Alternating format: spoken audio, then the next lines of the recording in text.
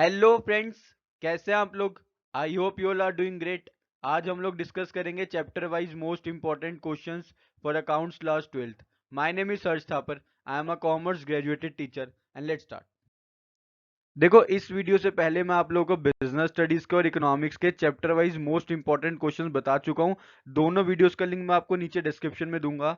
आप लोग इस वीडियो के बाद जाके उसको देख सकते हो अगर अभी तक आप लोगों ने वीडियोस नहीं देखी हैं। देखो, हमेशा याद रखना, अकाउंटेंसी में छोटे छोटे क्वेश्चंस की जगह हमें बड़े क्वेश्चंस पे ज्यादा फोकस करना चाहिए। अगर आपको बड़े क्वेश्चंस आते हैं तो आप लोग छोटे क्वेश्चंस को भी इजीली कर सकते हो। सबसे पहला जो आप लोगों का चैप्टर है वो है नॉन प्रॉफिट ऑर्गेनाइजेशन। उससे जो आपको एक क्वेश्चन प्रैक्टिस करना है जिसके अंदर सब्सक्रिप्शन कवर हो जाए। तो मैंने वही वाला क्वेश्चन सिलेक्ट किया है जो कि प्रीवियस ईयर के पेपर्स में से है, जिसमें सब्सक्रिप्शन भी कवर हो रही है और बाकी बुक्स की वैल्यू कवर होती है, इन्वेस्टमेंट पे भी इंटरेस्ट कवर हो रहा है। तो ये क्वेश्चन काफी ज्यादा इंपॉर्टेंट है। इसमें आपको इनकम एंड एक्सपेंडिचर अकाउंट बनाना है और बैलेंस शीट बनानी है, ठीक है। बैलेंस शीट बनानी है इस साल की और इनकम एंड एक्सपेंडिचर अकाउंट बनाना है आपको। मोस्ट इंपॉर्टेंट क्वेश्चन है। अगर एक ही क्वेश्चन कर लोगे तो काफी सारे क्वेश्चंस की प्रैक्टिस आप लोग को एक साथ हो जाएगी। तो इस क्वेश्चन को अच्छे से पढ़ना है, समझना है, प्रैक्टिस करो। कोई दिक्कत आएगी तो मुझे कमेंट करके बताना, मैं आपको इसका सोल्यूशन भी दे दूंगा।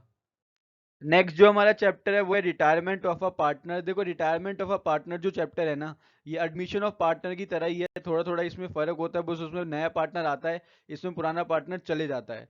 मोस्ट प्रोबेबली दोनों चैप्टर सेम रहते हैं। इसमें जो मैंने आपको क्वेश्चन लिया इंपॉर्टेंट, इसमें एडवर्टीजमेंट सस्पेंस को कवर कराया है, प्रॉफिट एंड लॉस अकाउंट को सस्पेंस को कवर कराया है। तो साथ साथ बहुत सारी चीजें इसमें एडिशनली ली है, गुडविल की वैल्यू ली है। तो ये क्वेश्चन अपने आप में ही काफी ज्यादा इंपॉर्टेंट है।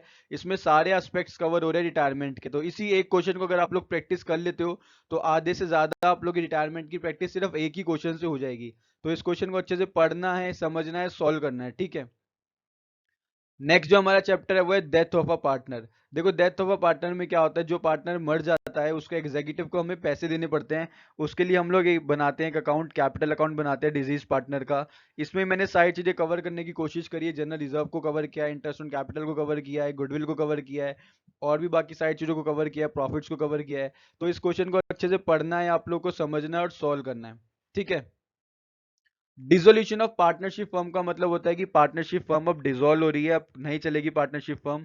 सारे पार्टनर्स अपने पैसे ले जाएंगे और अगर पैसे लेके आने होंगे तो लेके आएंगे। वो डिपेंड करता है कि उनकी कैपिटल किस हिसाब से है। तो इस क्वेश्चन में भी ऑलमोस्ट सारी चीजें मैंने कवर कर दी है A to Z।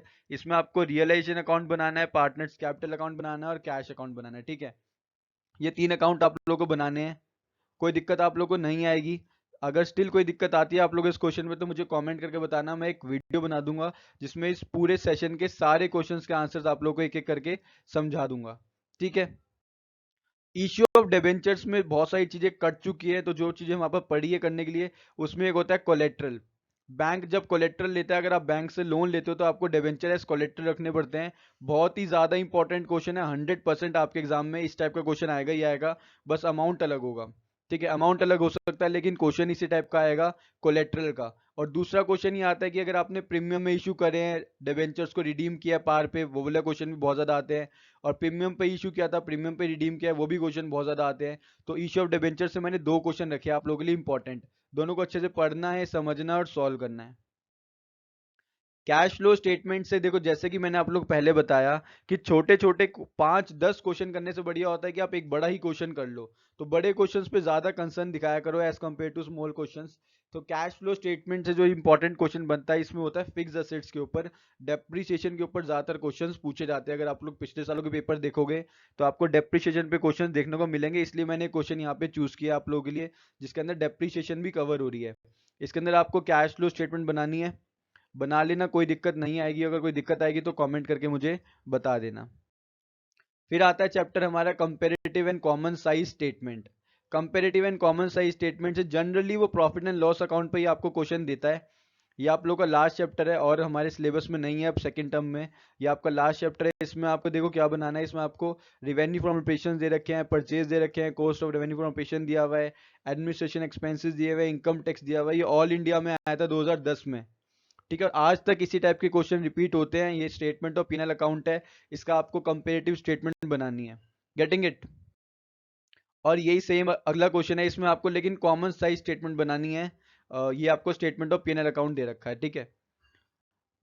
देखो, सारे के सारे ही क्वेश्चंस इंपॉर्टेंट है। मैंने आपको चैप्टर वाइज बड़े बड़े क्वेश्चंस रखे हैं, कोई भी ऐसा छोटा क्वेश्चन नहीं रखा है जो अननेसेसरी आपका टाइम बर्बाद करे। मैं चाहता हूँ कि आप लोग बड़े बड़े क्वेश्चंस करके छोटे छोटे कॉन्सेप्ट्स को भी समझ जाओ, वो ज्यादा बेटर रहता है। देखो, छोटे क्वेश्चंस में टाइम लगाओगे, अननेसेसरी वेस्टेज होगा टाइम का, रिसोर्सिस का। उससे बढ़िया उस जगह पे टाइम लगाओ जिससे आपकी एफिशिएंसी बढ़ेगी, आपके कॉन्सेप्ट क्लियर होंगे। इसलिए सारे बड़े बड़े क्वेश्चंस रखे हैं यहाँ पे। Getting it?